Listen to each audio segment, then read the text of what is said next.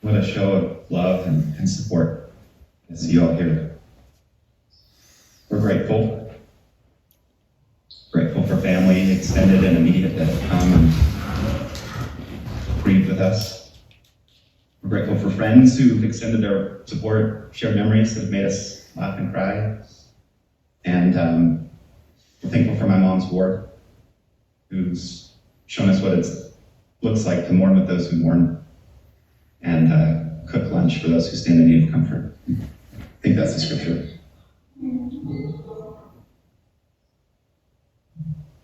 One second. I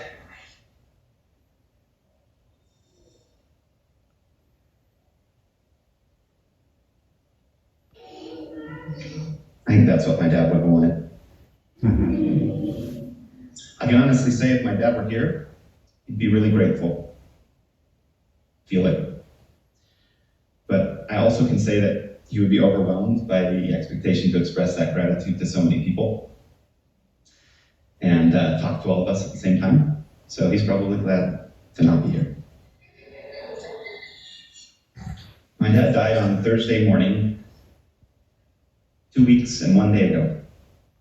Around 9 a.m., he came into my mom's room smiling and upbeat, which wasn't his default necessarily. He crawled into bed next to my mom, and as they chatted, a strong bout of dizziness hit him. In less than 3 hours, he was gone. The official cause of death was a hemorrhage in his brainstem, probably caused by a stroke, high blood pressure. I suspect, though, in fact, I'm sure of it, that my dad's on the other side working the case, tracing the cause of his own death back to the root of all health issues and evil itself, dairy. My dad's birthday's tomorrow. He would have been 76. He was born in Fruitland, New Mexico. He grew up in New Mexico and Arizona, as you heard from my Uncle Warren. He did well in school, which you also heard. My mom likes to say that they both only ever earned one B in their academic careers. The rest of his were all A's, and the rest of hers were not all A's. He served a 2-year mission in Bolivia. In his early 20s, he attended the College of Arizona State. He was an engineer through and through. He found his vocational calling early and graduated with a degree in electrical engineering. At age 25, he went on his first date with my mom, Annie, and they were married in Tempe only 6 months later. Me too, 6 months. 9 months and 15 minutes later, after the ceremony, as my mom likes to say, they welcomed their first child, Brandon, into their home. Connie, Jared, and Seth came quickly thereafter. Quinn and I, my name's Dallin, by the way, for those of you who I haven't met, were my parents' final attempts to get another Connie, which failed miserably, as you can see. He's survived by 6 kids and 18 grandkids, and of course his widow Annie, with whom he celebrated 50 years of marriage just earlier this year. Over the course of those 50 years, my mom has learned through experience the truth of the axiom. When it comes to looking for a boyfriend in engineering, the odds are good, and the goods are odd. It sounds like we may have some engineering spouses out there. Oddness, of course, is cool now, but my dad was you do youing and live your truthing way before it was cool. Find me one other person, for example, that eats mustard on his waffles, pours apple juice over a bowl of whole wheat flour for breakfast, or makes his own bread that is dense, hard, and flavorless enough to earn its nickname of Poppy Pucks. My dad's strange diet was legendary. But it never seemed to bother him how weird other people thought he was. Speaking of weirdness and legendariness, would you be surprised to know that my dad liked to turn up the speakers and blast Footloose as he Kevin Baconed his way through our house, dancing for exercise? It might sound out of character to some of you, but it couldn't really be out of character because my dad wasn't trying to be a certain type of character. He just was who he was. He was so committed to his own identity, in fact, that he'd take the time to cut the tags off of his clothes because he was no company's man. After my dad died, Quinn had to pull a custom bumper sticker off the back of his old truck that read, "No folic acid in my food," in big, black, bold, all capital letters. And almost at the same time that Quinn was pulling that bumper sticker off, I was in the office cleaning out and found 4 additional bumper stickers that said the same thing, backups, I presume. It didn't matter to him, though, that his cause wasn't mainstream. It was a cause he cared about. Perhaps the best evidence of my dad's commitment to being true to himself is how his children have followed his example. We've each taken unique paths. Just ask any of us about politics or health or beliefs, if you don't believe me. I'm especially impressed by my dad's willingness to let each of us do life in our own way as adults, even if that wasn't always the case as kids. I think it was Seth who first tested that commitment. As a teenager, he chose to eschew the rules of the house and do his own thing. My oldest siblings, expecting the very jaws of hell itself to open in our home through my dad's fury, recall being shocked at the openness and calmness with which my dad met that diversion from his values. All of us siblings have diverged from our dad's values in ways large and small. Since then, and time and again, he seemed to let us be whoever we were going to be. I aspire to emulate his unflinching commitment to following his conscience, and I hope to let my kids do the same. My dad's individualism was impressive, but his commitment to quiet service was his trademark. Might be fun to see. Raise your hand if my dad ever served you or your family. I'll keep it raised if that service came in the form of fixing something. My dad was a prolific fixer and doer of good deeds. Even just a few weeks ago, hands still weak from his stroke, barely strong enough to grip his tools, he finished retrofitting an electric hub to a bike for a prison inmate he knew through church who'd soon be out of prison with no transportation. It reminds me of the time when I was a kid. My dad decided to pull over and help a mother and her children who were stranded on the side of the road with a broken car. He couldn't fix their car trouble right then and there, so he invited all of them to climb in the car and came back to our house, where we fed them, put them up for the night, and in the morning, sent them on their way with our car. Free of charge, no questions asked. As a side note, when giving away cars, consider removing your name from the title, in case there's legal trouble down the road. When my mom posted about my dad's passing on Facebook, the post received hundreds of sympathetic responses, and many people expressed their condolences, and many others expressed impressions of my dad. I took the liberty of creating a word cloud of some of those comments, and was interested to see which words rose to the top. Kindness, service, quiet, humble, gentle. Those words check out based on my childhood experience.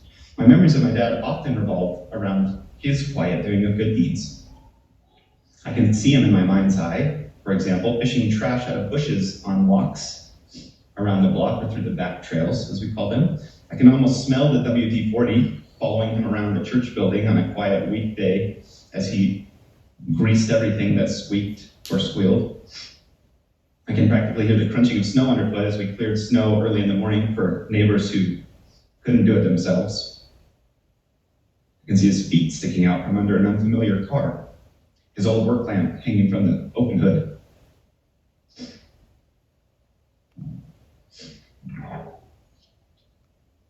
How could I mention my dad's service without talking about the way he served my mom?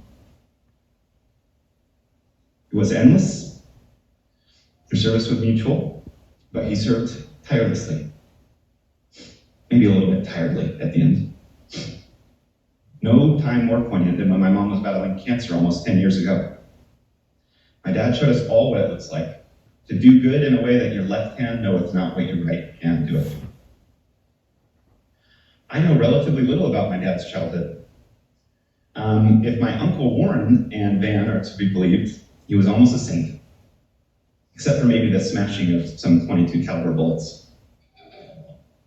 Based on what I know, though, I suspect his childhood was harder, tougher than he let on. As the oldest of his siblings in a home with parents who, especially a dad who could be harsh, he chose to shield his siblings when he could. He chose to support them, protect them, walk them to church, care for them. I also suspect that because of his soft-spoken nature and his non-mainstream interests, he was a target for school bullies. But rather than perpetuating any of that abuse, he turned and developed a soft spot for the underdog and sought to serve and lift those a couple rungs down the ladder from himself. Those habits stuck around. Seems all of his favorite stories were an underdog story. One children's book I have distinct memories of was a book called Contests at Cowley, which features a young boy, Wally, who, outsmarting the outlaw bullies that come to his town to rough up the weak and defenseless. I can almost hear my dad's voice, and I suspect all my siblings can too, reading the part of the bully. Har har, laughed Hogbum. Har har har, laughed his men. Shut up, said Hogbum. I think my dad saw himself as the underdog and aspired to be a defender of the weak, like Wally, the hero of the book. And in many ways, he succeeded. I regularly saw him lifting the underdogs in our lives. His example inspires my own efforts to see and defend the weak. If individualism was my dad's default and service was his trademark, defending the weak was his aspiration, then acting with integrity was my dad's incorruptible superpower. An old joke actually makes me think of my dad's commitment to truth-telling. 3 people were sentenced to be executed by guillotine: an athlete, a statistician, and an engineer. First was the athlete. She asked, "Can I face upwards? I never back down from a challenge." Her wish was granted. The blade fell, but stopped a half inch from her neck, sparing her life. The executioner replied, "The guillotine has seen fit to spare you. You are allowed to leave." Next was the statistician, who asked, "May I also face upwards? The data suggests this is the optimal choice." Again, the guillotine stopped just short of her. Life was spared as well. The engineer was the last, and he too asked to face upwards, seeing what had happened to the previous 2. Just before the guillotine dropped, he exclaimed, "Now hold on a minute. I see the problem. The rope has jumped out of the pulley groove." Now that joke might sound like hyperbole, but it's not too far from the truth with my dad. When my parents went to sell their house in Pasco, my memory is that he took a label maker and labeled different vents and other parts of the house that were defunct in some way, describing their oddities and the workarounds required to ensure they didn't break again. I wish I could have seen the look on the realtor's face. Although maybe if I look at my mom's face, it'll be similar. My dad worked for a government contractor for much of his career, and as such, he was required to bill the time that he worked to a specific project code. The general practice amongst his peers, in my understanding, was that they billed their 40 hours a week to whichever code was the closest match. But they never skipped billing those 40 hours. My dad, however, tracked his time very carefully. He refused to bill to a project code. That wasn't something he actually did in his commitment to integrity. It made him stand out as one of the few engineers that didn't consistently bill 40 hours. And he had to deal with scrutiny from his leadership and even occasional threats to his career. But it made no difference to him. He would have rather been jobless than give up his integrity. I've learned the definition of integrity by watching my dad. So, in conclusion, I imagine if my dad were here, he'd be looking at his feet right now because he's never really been comfortable with praise. He and I do not have that in common. We do, however, have a shared hope and belief in Jesus Christ, who we believe overcame death so that we could hope for a life after this one is over. Quinn and Heather sing my dad's favorite hymn, "Come thou fount of every blessing." I think my dad identified with some of the words of that hymn. He was painfully aware of some of his faults, and there it says, "How great a debtor daily I am constrained to be. Prone to wander, Lord, I feel it, prone to leave the God I love." But an expression of hope at the end. "Here's my heart, O take and seal it for thy courts above." Now, speaking of courts above, of course I do hope for that afterlife, but I don't know exactly how the logistics or the mechanics of that work, and I don't know if my dad's allowed to or able to be here right now.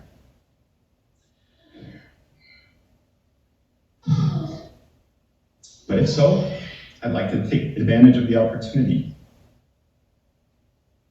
These words, I'll speak directly to you, Dad.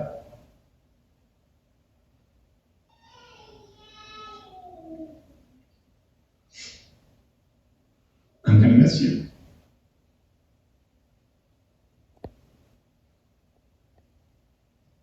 I'll miss you groaning at my worst jokes and laughing at my best ones. I'll miss getting the over-the-phone help you were always willing to provide. I'll miss seeing your face pop into our FaceTime calls and leave them when you get uncomfortable.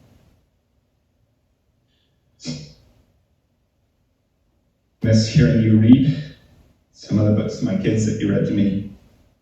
Shut up, said Aquam.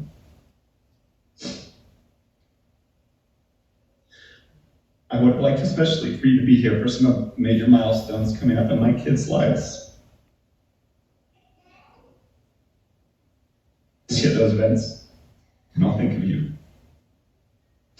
Now, Dad, thank you. Thank you for being the man you were. Thank you for demonstrating how to live according to my conscience. Thank you for teaching me to do what I felt was right, regardless of the consequence. Thank you for showing me the power of integrity. Thank you for teaching me to serve my wife as an equal. We know you weren't perfect, Dad.